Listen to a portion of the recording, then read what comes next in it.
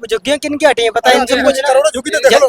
झुग्गियां जिनकी हटी हैं वो सब बांग्लादेशी थे, बांग्लादेशियों की हटी है। आप कैसे कह रहे हो गरीबों की? बांग्लादेशियों की और बांग्लादेशियों की हटी है। कैसे आ जाएगा दिल्ली के अंदर? चारों साइड सोना बताता हूँ, नेपाल के रास्ते से सारे बांग्लादेशी आते हैं, सारे पहले बांग्लादेश आएंगे, वो नेपाल आएंगे, नेपाल सीधा इंडिया में और आगे फिर अपना जगह जगह जो खाली जगह होगी ना वहाँ जाके बसें डाल देंगे, वहाँ डाल के फिर अपना कब्जा सारी जमीनें खाली हो रही हैं, किसी गरीब के मकान नहीं टूट रहे, इनका कहना है। देखिए भाई अभी बोल रहे हैं वो बांग्लादेशी हैं, पहले तो ऐसे लोगों को शर्म आनी चाहिए और माफी मांगनी चाहिए। और कैमरे उनके वोटर कार्ड यहाँ बने हुए हैं, वो जनता यहाँ की वासी है। आपके पास प्रूफ है कि वो बांग्लादेशी है?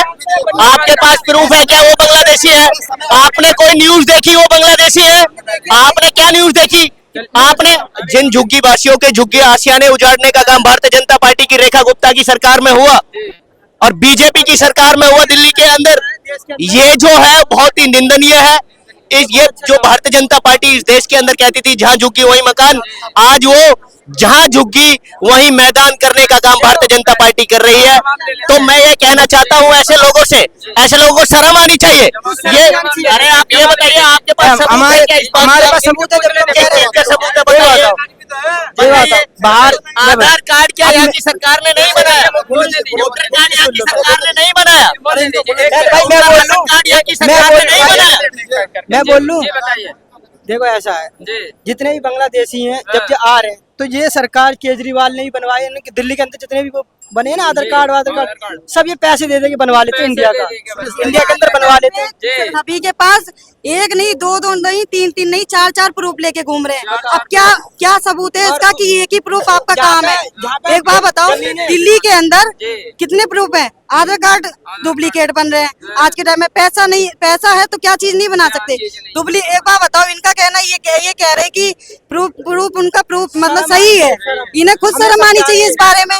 झुग्गी झोपड़ी जो तोड़ रहे हैं, मतलब आके बाहर से आके बसे पड़े हैं, बाहर से जो लोग आके बसे पड़े हैं, भाई हमारे देश में आके बसे पड़े हो, हमारा ही नमक खा रहे हो और हमें ही उंगली दिखा रहे हो।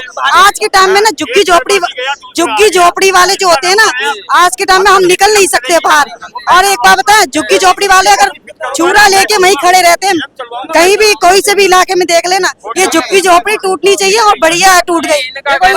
हम भी भारतीय हैं, हम पे क्यों नहीं सरकार एक्शन ले रही? हमें क्यों नहीं भगा रही? हमें क्यों नहीं भगा रही? भाई जो गलत है ना उसको ही तो बोल सकते हैं हम गलत। आप ये बताएं कि दिल्ली के अंदर किसकी सरकार है? किसकी सरकार है? बीजेपी की सरकार। जब वहां की असेंबली से विधायक बीजेपी का चुन के आए, मेंबर पार्लियामेंट लोकसभा का इलेक्शन जीत के सांसद सदन के अंदर पहुंचे, जब इनके लिए वो वोटर होता है, जब वहां की जनता वो वोटर होती है, और जब इलेक्शन चला जाता है तो जनता पे लाठी भाजने का काम भारतीय जनता पार्टी की सरकार में होता है। और ये सरकार वो निकम्मी सरकार है, भारतीय जनता पार्टी भ्रष्टाचारी जनता पार्टी है। मैं कहना चाहता हूं आप ये बताएं, जब मेंबर पार्लियामेंट लोकसभा का इलेक्शन होता है, इस देश के अंदर लोकसभा का चुनाव होता है, तो लोकसभा के चुनाव के अंदर जब वो वोटिंग करते हैं बीजेपी के पक्ष में वो लोग, तो वो इनके लिए वो वोट बैंक होता है। जब वो बीजेपी के लिए वोट बैंक होता है, ये बता रहे हैं कि जब वोट लेने की बात आती है तब तो उनके वोट ले लिए जाते हैं, बाद में उनको बांग्लादेशी बता रहे हैं। देखो कौन है आज के टाइम में ईमानदार? ईमानदार कोई भी नहीं है। बीजेपी आप कह रहे हो, देखो सारी विपक्ष एक है, मोदी अनेक है। मोदी ईमानदार बंदा है, तभी वो अकेला खड़ा है। आज अकेला खुद खड़ा है शेर, क्योंकि सारी विपक्ष एक है। और सारे राहुल गांधी हो गए, कोई भी हो गया, लेकिन मोदी एक अकेला खड़ा है, पूरा एक। और ये योगी आदित्यनाथ है, वो भी एक अकेले, सारे विपक्ष एक है, सारे कर रही है। एक मिनट मेरी बात सुनो। ये बीजेपी पे टारगेट कर रहे हैं। अब कांग्रेस ने क्या किया, अपने एक सिपाही को, आर्मी के जवान को गाड़ी से रोक दिया। बताओ ये कहाँ का नियम भाई? कहाँ की सरकार चला लेंगे ये भाई? न्यूज में देखो आप। देखिए हमने तो वो भी दौर देखा है, इस देश के अंदर अन्नदाता के ऊपर लाठी भाजने का काम किया। जो भारतीय जनता पार्टी इस देश के अंदर वीरों की कहती थी कि इस देश के अंदर सैनिकों का सम्मान बीजेपी करती है, बीजेपी करती है। वो सम्मान आज तक उनको नहीं मिला। पुलवामा के अंदर 46 जवानों ने इस देश के अंदर शहादत दी। इस देश के किसान के बेटाओं ने शहादत दी। उन किसानों के ऊपर लाठियां भाजने का काम भारतीय जनता पार्टी की सरकार में हुआ।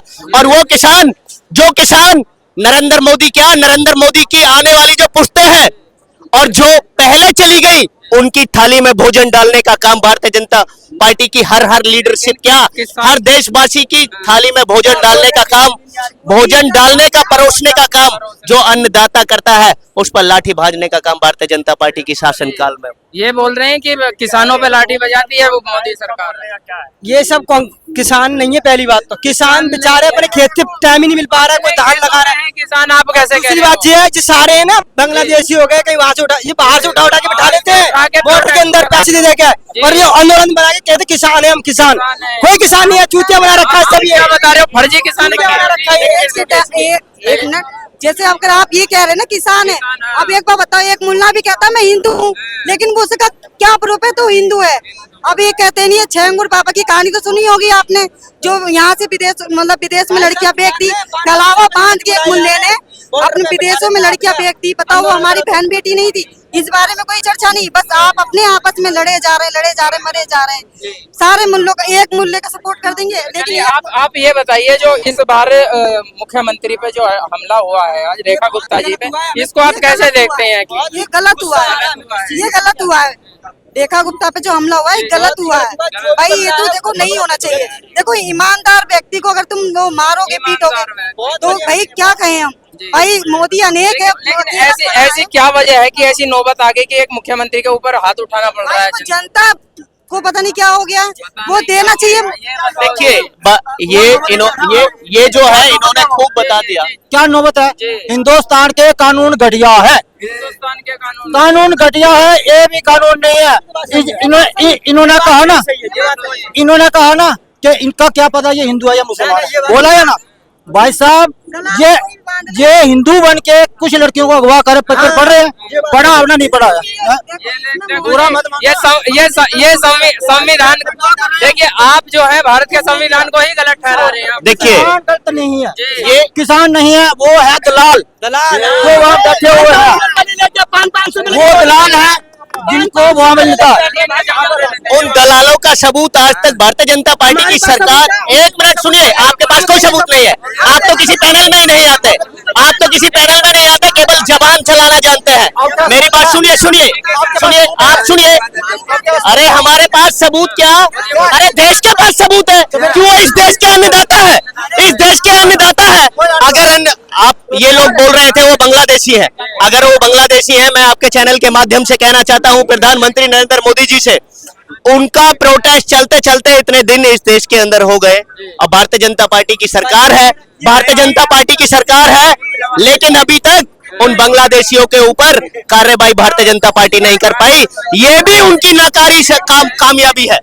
ये भी उनकी विचारधारा को, गंदी विचारधारा को दर्शाता है। अगर वो आतंकवादी है, वो खालिस्तानी है, ये बीजेपी के लोग कहते हैं, प्रधानमंत्री नरेंद्र मोदी जी का मंत्रिमंडल कहता है, तरह तरह के प्रवक्ता लोग स्टूडियो के अंदर आके बोलते हैं कि वो आतंकवादी है, वो खालिस्तानी है।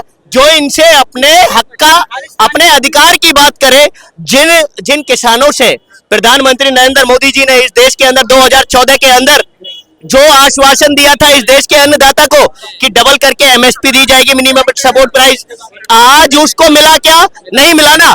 अब जब वो उनके दरवाजे खटकाने गया, बीजेपी की सरकार के मंत्री, चाहे वो नरेंद्र तोमर हो, चाहे कोई इनका सेंट्रल मिनिस्टर हो, चाहे वो प्रधानमंत्री नरेंद्र मोदी हो, इनके दरवाजे खटखटाने गया तो वो आज